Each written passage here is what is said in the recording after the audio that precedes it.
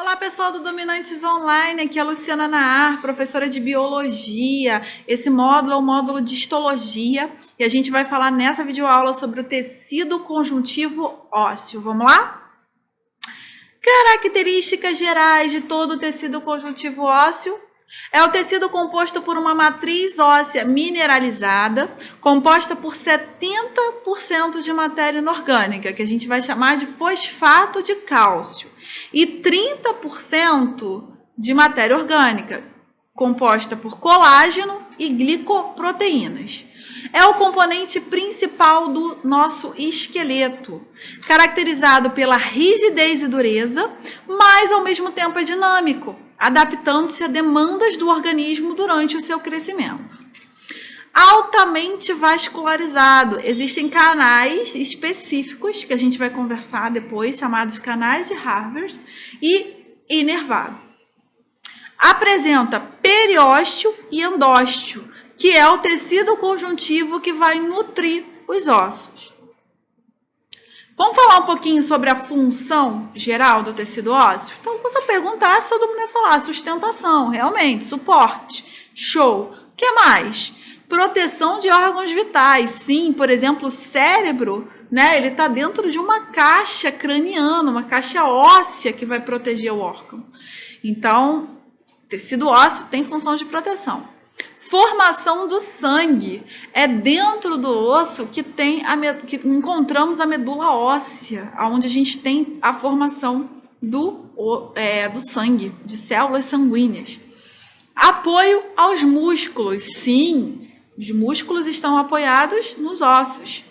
E armazenamento de minerais. Essa última costuma ser bastante cobrada em prova, tá? Se a gente está com déficit de cálcio no nosso corpo, onde a gente vai tirar? A gente vai tirar dos ossos. É por isso que as mulheres na menopausa, elas sofrem muito com quadros de osteoporose. Porque elas vão perdendo, vai havendo uma queda da quantidade de cálcio disponível no sangue, e aonde o seu corpo vai retirar dos seus ossos. Células que fazem parte do tecido ósseo. Osteoblastos. Blastos, como eu venho falando para vocês em outras videoaulas, significa células jovens, Então, são células jovens do osso.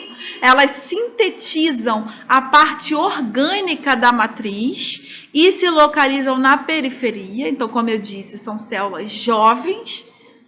Temos os osteócitos, que estão localizados em cavidades ou lacunas mais no interior da matriz. Então, eles vão ficar ali realizando só a manutenção, tira um pouco de cálcio daqui, coloca um pouco de cálcio dali, mas fica só realizando aquela manutenção preventiva. E os osteoclastos são células gigantes que se movimentam, são multinucleadas e elas reabsorvem o tecido ósseo.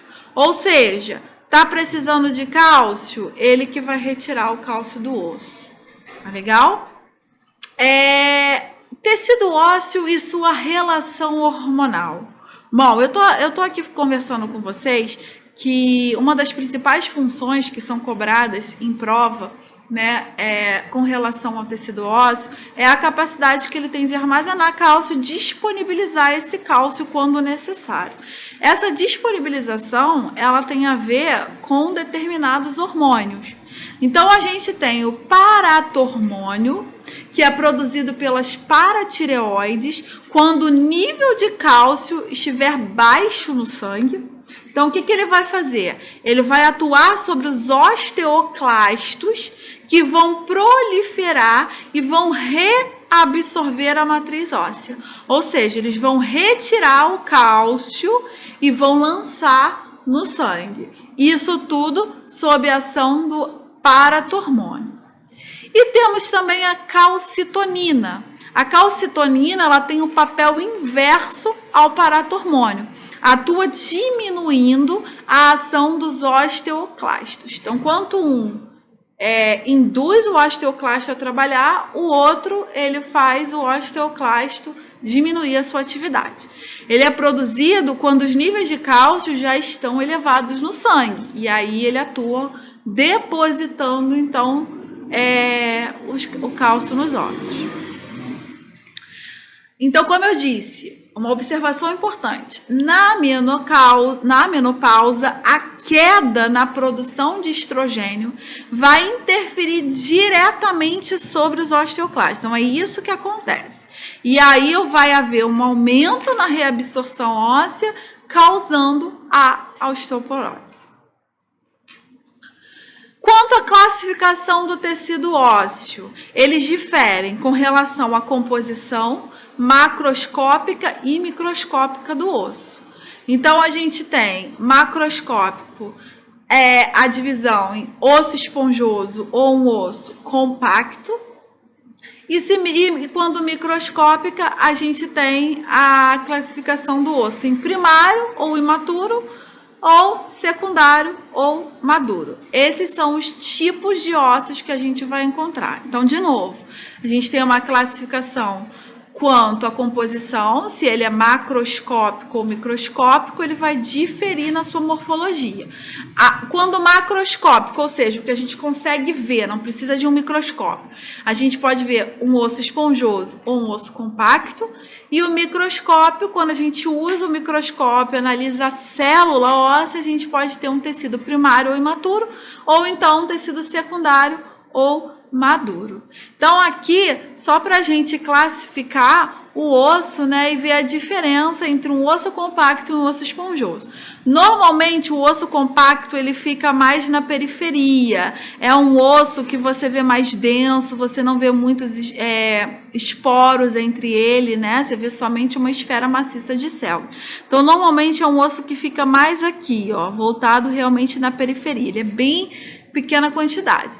E o osso esponjoso, ele está em maior quantidade no osso. São esses ossos aqui que a gente vê realmente espículas, espaços entre eles. E é importante que o osso seja esponjoso, porque é graças a esses espaços que a gente tem nos ossos que vão passar os canais de irrigação, né? Canais de Harvard, como eu havia falado para vocês lá no início, que são canais longitudinais, e os canais de Volkmann, que são canais também de irrigação, mas são canais latitudinais, ok?